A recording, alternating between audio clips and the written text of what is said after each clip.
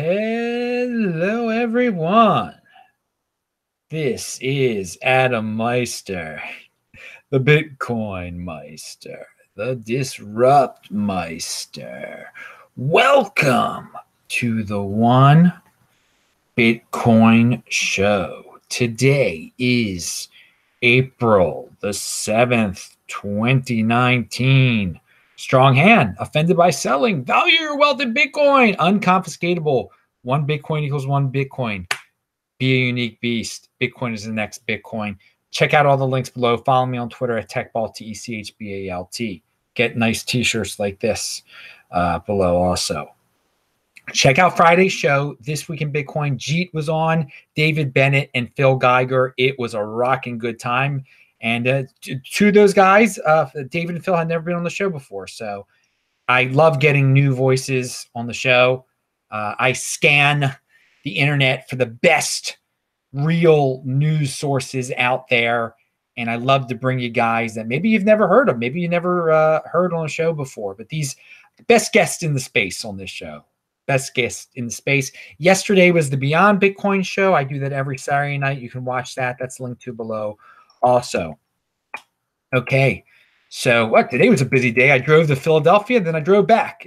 So if I didn't tell you that, you would never have known that I was in Philadelphia, or in the suburbs of Philadelphia at least.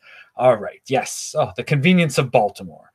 So here's an article that Craig Shipp actually sent me. He's in an undisclosed location near Camp David, which is west of Baltimore, way out toward Frederick County. But this article has nothing to do with Craig Shipp, but it is something that we should all take notice of. Sellers are angry as PayPal says it will start keeping sales fees when making refunds. People are angry about changes and have been quick to point out what it means in practice. If a vendor sells something for $1,000, but the customer changes their mind, the seller has not only lost their buyer, they will have also lost $29 in the process. Wow, that is that's not cool at all. And yeah, I mean, this is how PayPal, they charge a seller's fee, but if there's a refund, they keep it. PayPal new refund policy. And so what's this? Why am I even mentioning? Why am I mentioning this? Well, in Bitcoin, there are no chargebacks. In Bitcoin, you can't have people playing games saying, "Oh, I want my money back. I bought something. I want my money back." No, they're not getting their money back. And there's no middleman that is going to keep some fee and send your money back. I mean, this is the worst of all worlds over there with the direction that PayPal is going in. There can be a chargeback, and then at the same time, they still charge you as if there was a transaction. So keep on doing that, PayPal, and more people are going to find out about Bitcoin, hopefully, because this is good news for Bitcoin. Although it's bad if you're a PayPal seller. Wow. So on to some less serious news. There is a site out there. It is like the Onion of cryptocurrency. CoinJazeera.news. I just discovered this the other day. CoinJazeera.news. They have an article. Dan Larimer receives the Guinness World Record for most crypto exit scams. Okay. I mean, we can all pick on Dan Larimer, and again, the article is funny to a certain extent, but I encourage, and again, you got to, when you're getting into this CoinJazeera site, you got to take it with a grain of salt that it is just, it's like the Onion. It's supposed to be like the Onion. They're really poking hardcore fun at some characters in our space. And I'm not here to pick on people like Dan Larimer. I think it might take it a little bit too far. And so I would not, I'm glad, it's interesting in the space to see something like CoinJazeera popping up. Because even though it's not for me, I know it'll entertain some people. And there's a certain robustness to the crypto media when you have something that's like the Onion and is a clear joke. So you can look at it in that way. It's a positive that the crypto media is developing like this. But I do want to say, don't spend too much time trying to make obnoxious jokes about the people you don't like in crypto. Dan Larimer has obviously moved from project to project to project to project, and he keeps getting funded. So, I mean, it's not his fault that people keep funding him, and he keeps on jumping into new projects. And they call Steemit a scam, and Steemit is not a scam. This is live on Steemit right now. This show, you earn Steem, you turn it into to Bitcoin. Is it? I mean, Steemit the site, it needs a lot of work. It still needs a lot of work. It was a project that he started, and when he left it, I mean, there's some momentum that's gone from it. I would say since the day he left, but that doesn't mean it's not a scam. And there are all sorts of people working on Steemit still. So hopefully it'll. Hey man, we're in the early days of this stuff. Hopefully something like Steemit will. If it's not Steemit, something like it will come about. So again, I mean, I'm not. I just. What was I going to say about him here? I got some notes here. Hang on. Yeah, people still are tossing money at him. And yeah, others should take advantage of this environment. If people are just tossing money at Dan Larimer and you've got a better idea than Dan Larimer, instead of like ripping on Dan Larimer, put your idea out there. Maybe you can raise some money and do something really productive for the space. So, hey, that's my take on the whole thing. I could give a darn about Dan L though, and I think I'm just more so talking about Coin Jazeera. You can't. Coin Jazeera is making money off of being obnoxious, so I guess good for them. But most people in social media that try to be, they're just going to complain and be obnoxious all day, and not too productive. You might want to just analyze the situation and see how you can benefit from the situation, and add something positive to the space. If you don't think Dan has added something positive to the space, so Jeet, who was on my show on Friday, who is definitely adding so much positive content on Twitter to the space, so much positive analysis. He says, follow Jeff Goldberg.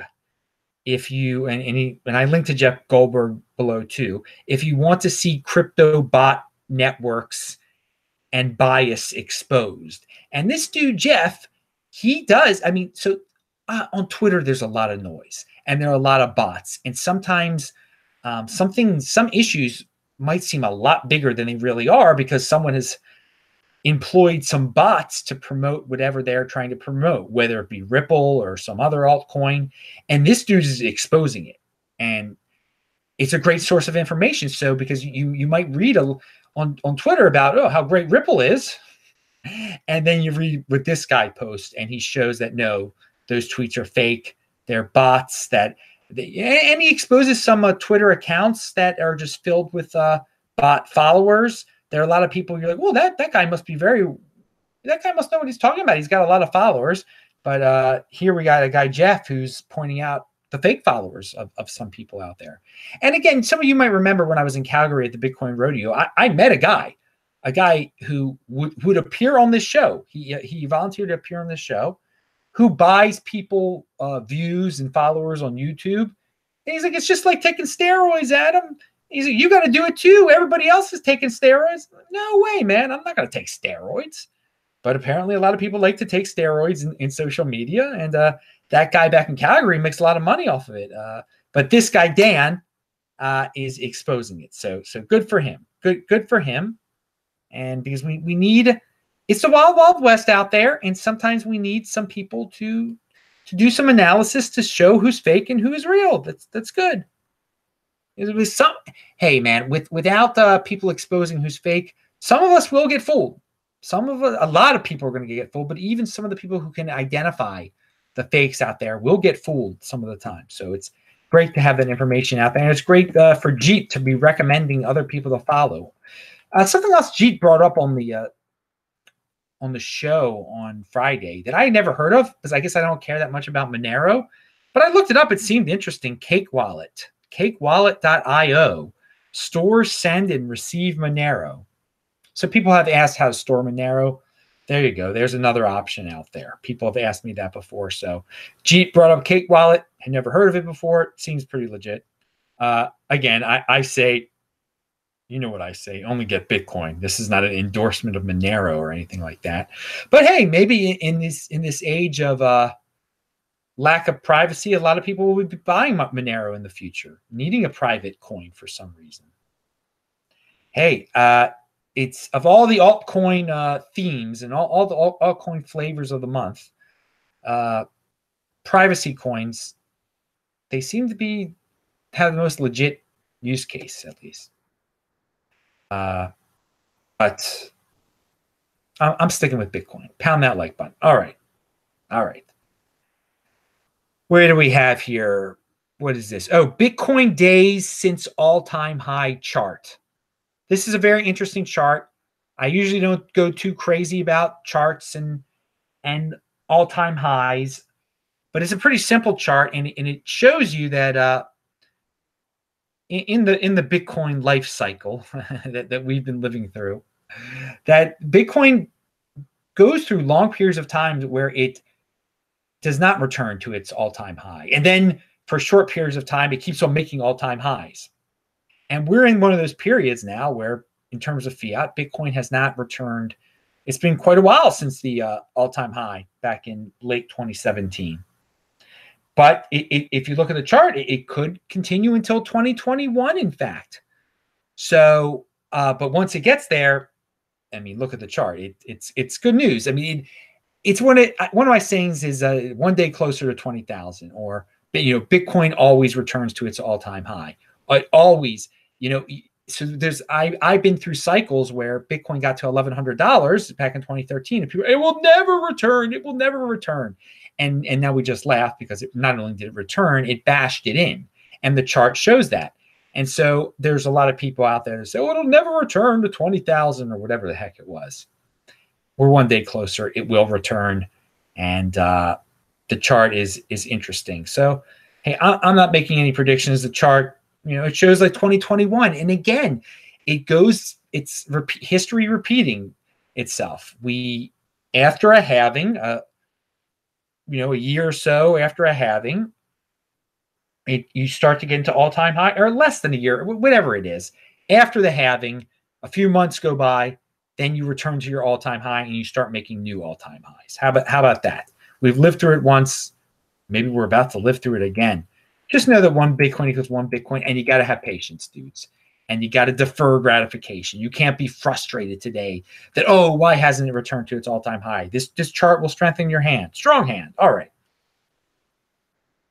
And God, my Lord, I have to say, I during this crypto, and again, I'm glad there are lots of people going into great depth into analyzing the numbers, but it just seems like every day there is some new chart out there making some new prediction about a new number.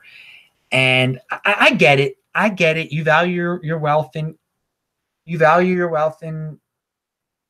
fiat, okay? Or you're a fiat freak.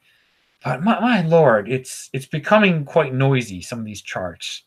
And some of them get really complicated and technical. I mean, why can't we just keep it simple? One day closer to 20K. One day closer to returning to the all-time high. It's going to happen. Who cares what the exact date is and the exact new all-time high, what it's going to be? If you believe in this, you know the future is really bright, and one Bitcoin equals one Bitcoin. All right, so that's my little added. I didn't intend on talking about all the charts that I keep seeing out there, and I'm glad people are doing work on charts. Okay, just not my thing. It's just not my thing. So you're not, if you watch this channel, you're not going to. Adam's not going to mention every single new chart, and no, because I'm so much of the time they're wrong. Oh, it's going to go down to 2,222, and then it'll go to 1 million. Okay, it'll be worth more in the future. I'm deferring my gratification. I don't need to see it tomorrow, what it's going to be in 2021. I'd like that simple all-time high chart thing that I actually link to. It's nice and simple. Everyone can understand it. Not a bunch of green, red, blue, orange, purple lines, this, that, logarithmic. All right, so let's talk about Ethereum Classic. Someone said, why is it pumping? And I'm bringing this up because it just shows you the fun of altcoin gambling. This is a tweet, and Jeet actually, I've mentioned Jeet a lot during the show today. I really think the dude is underrated. Really, follow him, guys. Really follow him on Twitter. But he brought up this, what this guy Carl also brought up here. So Ethereum Classic just pumped like crazy on Coinbase. A theory as to what is going on there. After the Ethereum Classic 51% attack, Coinbase drastically changed the number of confirmations needed to transfer in and out of Coinbase. So basically, it takes a day now. You need a day's worth of confirmations. This makes Coinbase a perfect place to pump a coin, since no one can arbitrage in an efficient manner. Expect a big dump in 24 hours when newly transferred coins start to hit the market. We shall see. We shall see. And I agree with the logic behind that. And they could have, it might be the best of both worlds for the pumpers out there, because Ethereum Classic is also scheduled, or they're talking about having a hard fork soon. So those type of rumors are usually bullish. And so, I mean, that could be pumping it, but it could just be that news. And some people decided, hey, Coinbase has this issue. I'm gonna start to pump the price there and bid it up there. And no one's going to be able to add any new coins there. So there's a limited supply. It takes 24 hours to add new coins there. And then it'll affect the rest of the markets. And then all my Ethereum Classic, my bag of Ethereum Classic will be worth more. So I'll be able to sell it for a lot. And then finally, when all the people who are getting caught up in the Ethereum Classic pump, once their Ethereum Classic arrives at Coinbase, then the price will dump and they will be stuck. But so we will see. We're approaching that 24-hour mark. Let's see if it does. Let's see if the price of Ethereum Classic goes down, how sustainable it is. And again, this is what little games like this, whether it's true or it's not true, this is what you have to deal with when you're gambling with altcoins. Little situations where Coinbase, it is true that they have limited.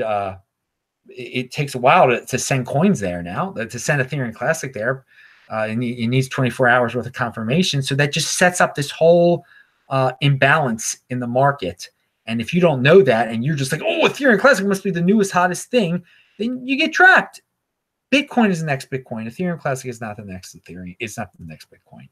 Is it the next Ethereum? I don't know. It's a Barry Silbert. You always have Barry Silbert with Ethereum Classic. So it's cyclical in that manner. There are always going to be pumps because of Barry Silbert with Ethereum Classic. And it's about a second tier or top tier altcoin because of Barry Silbert. And it is on Coinbase, so that keeps it top tier or second tier. Hey, Adam, this is from Benjamin McDowell. He says, hey, Adam, I'm still waiting for my 20 XRP I sent you. I sent you 10 when you emailed me, of course. The address was from Bolivia, but you do travel a lot. Be careful, people. Thanks for that reminder of that, you big Tao. Yeah, there are people out there that create all sorts of nice scams on Twitter, pretending to be other people, saying, hey, you send me this much of this altcoin, I'll send you that much of this altcoin. And then you find out, oh, wait a second, that wasn't who I thought it was. It was some guy in Bolivia. But maybe it was who I thought it was because he's gone to Bolivia. But no, it's not who you think it is. So thank you for that reminder, Vention. And yeah, people, be aware, be awake on Twitter. Definitely be awake. There's always going to be that latest and greatest scam that you cannot identify right away. And you'll be like, oh, my mom sent me a DM. She needs some help sending Bitcoin. I'll send her some Bitcoin. Be careful, people. That's your reminder from Vention, man. He is great. Keep it up. Keep up the work, Vention. Strong hand. Don't FOMO altcoins. That's my reminder from the Ethereum Classic pump, people. So yeah, maybe they will have a hard fork or whatever. Don't FOMO altcoins. Manipulation over at Coinbase. Oh no, I already talked about the PayPal. Come on, sellers of the world. Transition to Bitcoin. You don't need to be dependent on PayPal. God. All right. So something we did talk about on This Week in Bitcoin, and just in case you missed it, it was a tweet by Jeep. Dogecoin has 0 developers. That's what the broke people say. The woke people say Dogecoin has ossified, has a market cap of almost $500 million, and runs without a centralized development team and achieved its final form. So yeah, there's definitely 2 ways of looking at something like Dogecoin. But I will give, I don't like Dogecoin. I think it is a joke, but you got to say, it is what it is. It is not changing. It does not have any developers. It has ossified, and maybe that is valuable to some people. Maybe that how much there's going to be. How, I mean, something that investors they like, and some reason I like Bitcoin is because it's not going. There's going to be 21 million of it. The Bitcoin up today is the Bitcoin of 2021. Okay, in terms of the bottom layer. There's lots of stuff going on the second and third layer. But Bitcoin, the base layer is Bitcoin. So Dogecoin has achieved that since it has no developers working on it. You know where you're getting with Dogecoin there. So who knows? Maybe for that reason, maybe we'll get into such altcoin madness one day. People will pump it for that. And it's got a reliable community around it. I talk about marketing all the time. It is what it is, and then it's got this community that talks about it. So it's interesting to analyze to see if Dogecoin stays a second-tier altcoin, but it's not a top-tier altcoin. But hey, man, it could prove me wrong. Let it prove me wrong. So what if I'm wrong about altcoins in terms of what's a top tier and a second tier and a third tier? I got a Bitcoin strong hand. That's what I'm. Bitcoin's the rock, man. So I can toss out these altcoin things. So what? I got some altcoin. If you give me if maybe they'll fork on the Bitcoin. That's great. Create some crypto dividends, some Bitcoin crypto dividends through your altcoin. Some airdrops. That's great. I like that. That's my favorite type of altcoin, the one you give me for free that I turn into Bitcoin. Mimblewimble coin coming on April 20th. We're going to hear more about that soon. No doubt about that. This is someone, Jim said this the other day in the chat when I was talking about strong hands and how I don't want to ever sell, and how someone said they're not going to sell until Vention gets married. Well, Jim said, my Bitcoin is for my kids. I'm the accumulator. The kids will be the liquidator. My hand is paralyzed. Pound that like button, dude. I like that. I like that a lot. He's straight up saying he is never going to sell his, and he's legitimate about that. He's never selling his Bitcoin. They're going to his kids. And one day his kids will decide what they're going to do. If they're fiat freaks, or if in the year 2036 halving, if they're like, nah, I'm just now here in 2036, I can just get a house with Bitcoin. So of course I'm not selling my Bitcoin, and they'll use like 0.1 Bitcoin to buy a house or something. Who knows? Yeah, that put a big smile on my face. But no, good line. I like that. Good way of thinking. And that is for all the people that are like, Adam, you just can't hold on to it forever. Why don't you treat yourself? Why don't you do that? I don't need anything now. Why should I just spend for the sake of spending to fit in, to be in this popular culture? Ooh, look. No, I'm not here for the status. I don't need to drive some fancy car or live in some big old house. And by the way, when I was in the suburbs of Philadelphia today, I was in the wealthy suburbs of Philadelphia, and I was in a really, really nice house. Good for them. Some people, and I saw the way of the traditional world. They were sitting there watching the cable show about the fancy houses, and I don't even know this. I don't have cable. It was the first time I've seen cable since I had hung out with that person, I think. Anyway, okay, so finally, guys, get into the Bitcoin overlay. Get yourself into that mindset where you don't care about status. It's invigorating to me, at least. Okay, we'll talk about that more on the Beyond Bitcoin show. And I talk about stuff like that on Saturday nights if you like that kind of topic. There's a new poll out there again by and you know what? I totally forgot. I didn't. Did I list what the poll even says? It's asking if CoinDesk should do the disclosures. It's a disclosure poll that if oh yeah, here it is. Should CoinDesk lead the crypto and blockchain industry to a more transparent public discourse by recommending to Consensus 2019 speakers that they provide disclosures in their presentations? Okay, so he's just, I mean, this use of Twitter is it's a way to pressure organizations into your way of thinking, into what you think is best for the space. That we need it's not forcing disclosure on anyone. It's not saying, hey, we should make a rule in Bitcoin that all conferences need to have all speakers disclose exactly what they own. No, he's not saying that. He's saying he's creating a poll, and people are saying, yeah, that would be great if CoinDesk did that.